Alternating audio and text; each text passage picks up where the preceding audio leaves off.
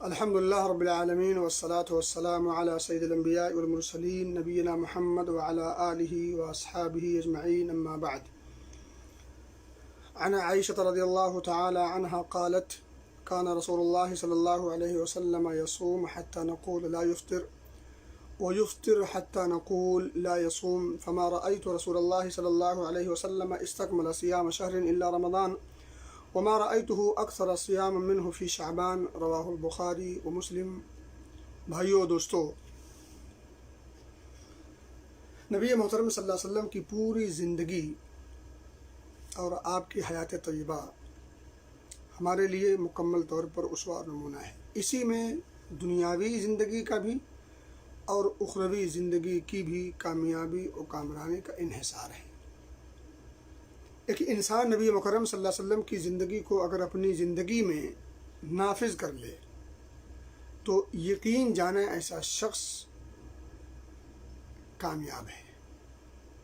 کامیابی کا دار و مدار کتاب و سنت کے پیرائے میں اپنے آپ کو اتار دینا۔ آپ صلی اللہ علیہ وسلم کی پوری زندگی نمونہ ہے، یہ کسی سے مخفی اور ڈھکی چھپی بات نہیں ہے۔ نبی مکرم صلی اللہ علیہ وسلم شعبان کے مہینے میں کیا کرتے تھے، شعبان کے مہینے کی حقیقت کیا ہے، میں نہایت ہی اختصار سے دو چار حدیثیں آپ کے سامنے رکھوں اور حدیثوں کا ترجمہ آپ کے سامنے رکھوں، فیصلہ آپ خود بھی کر سکتے ہیں۔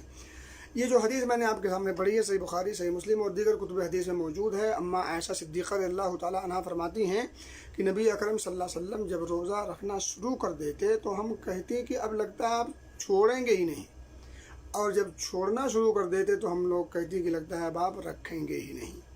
ایک ٹکڑا، دوسرا ٹکڑا، میں نے رسول اللہ صلی اللہ علیہ وسلم کو مکمل پورا مہینہ روزہ رکھتے ہوئے نہیں دیکھا سوائے رمضان کے۔ تیسرا ٹکڑا ہے کہ شعبان کے مہینے میں نے آپ صلی اللہ علیہ وسلم کو اکثر روزہ رکھتے ہوئے پایا اور دیکھا ہے۔ اور اسی طرح سے ابو سلمہ فرماتے ہیں کہ حضرت عائشہ صدیقہ رضی اللہ تعالی عنہا نے روایت کیا کہ لم یکن النبی صلی اللہ علیہ وسلم یصوم شہرا اکثر من شعبان، کہ آپ صلی اللہ علیہ وسلم شعبان کے مہینے کے اکثر ایام روزے سے ہوا کرتے تھے، صوم رکھا کرتے تھے۔ فإنه كان يصوم شعبان كله، بلکہ آپ یہ کہہ لیجئے کہ آپ مکمل طور پر شعبان کا پورا مہینہ روزہ ہی رکھا کرتے تھے۔ وكان يقول، اور آپ صلی اللہ علیہ وسلم یہ بھی فرمایا کرتے تھے، خذوا من العمل ما تطيقون، اتنا عمل کرو جو تمہارے بس میں ہو، جو تمہاری طاقت میں ہو، اپنی حسب وسعت حسب طاقت عمل کرنا چاہیے۔ فإن اللہ لا يمل حتى يملوا، کیوں؟ اس لیے کہ اللہ رب العزت اجر و ثواب اور نیکیاں دیتے ہوئے نہیں تھکے گا، لیکن انسان عمل کرتے ہوئے تھک جائیں گے۔ اس لیے جو بھی کام کریں مناسب انداز سے کریں، سنت کے مطابق کریں، اگرچہ وہ تھوڑا چھوٹا کم کیوں نہ ہو۔ آپ آگے فرماتے ہیں صلی اللہ علیہ وسلم: وَأَحَبُّ الصَّلَاةِ إِلَى النَّبِي صلی اللہ علیہ وسلم مَا دُوِّمَ عَلَيْهِ، آپ صلی اللہ علیہ وسلم کو وہ نماز بڑی پیاری ہوتی تھی جس پر مداومت اور ہمیشگی ہو، تسلسل کے ساتھ جو عمل ہو۔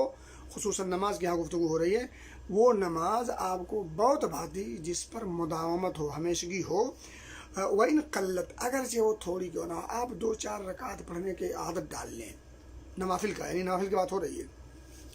وَكَانَ إِذَا صَلَّى صَلَاةً دَاوَمَ عَلَيْهَا، اور آپ صلی اللہ علیہ وسلم جب کوئی نماز پڑھتے تو پھر آپ اس پر مداومت برتتے، ہمیشگی برتتے، مواظبت برتتے، یعنی کنٹینیو اس کو کرتے تھے۔ یہ حدیث جو میں نے آپ کے سامنے رکھی ہے یہ بھی بخاری کی روایت ہے۔ میرے بھائیو دوستو، اس حدیث پاک سے کیا معلوم ہوا؟ اس حدیث پاک سے جو کچھ معلوم ہوا وہ یہ کہ آپ صلی اللہ علیہ وسلم شعبان کے مہینے میں روزہ رکھا کرتے تھے۔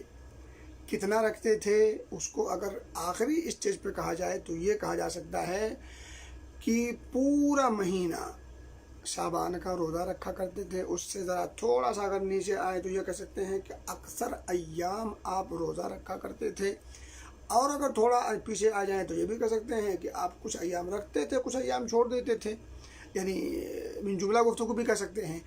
لیکن کل کا خلاصہ ان احادیث کو اگر دیکھا جائے اور آپ صلی اللہ علیہ وسلم کے عمل مبارک کو شعبان کے مہینے میں اگر دیکھا جائے تو روزہ رکھنے کے علاوہ کوئی اور خصوصی عمل نہیں ملتا۔ شعبان کے نام پر اگر آپ نے خصوصی عمل کوئی کیا ہے تو وہ عمل صوم کا عمل ہے، روزے کا عمل ہے۔ ہمیں کیا کرنا چاہیے؟ شعبان کا مہینہ جب ہمیں ملے، ماشاء اللہ تبارک اللہ مل چکا ہے، تو ہمیں کیا کرنا ہے؟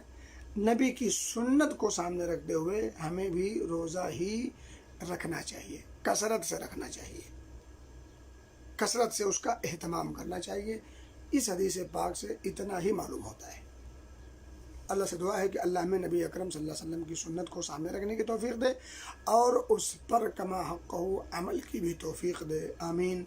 وآخر دعوانا الحمد للہ رب العالمین۔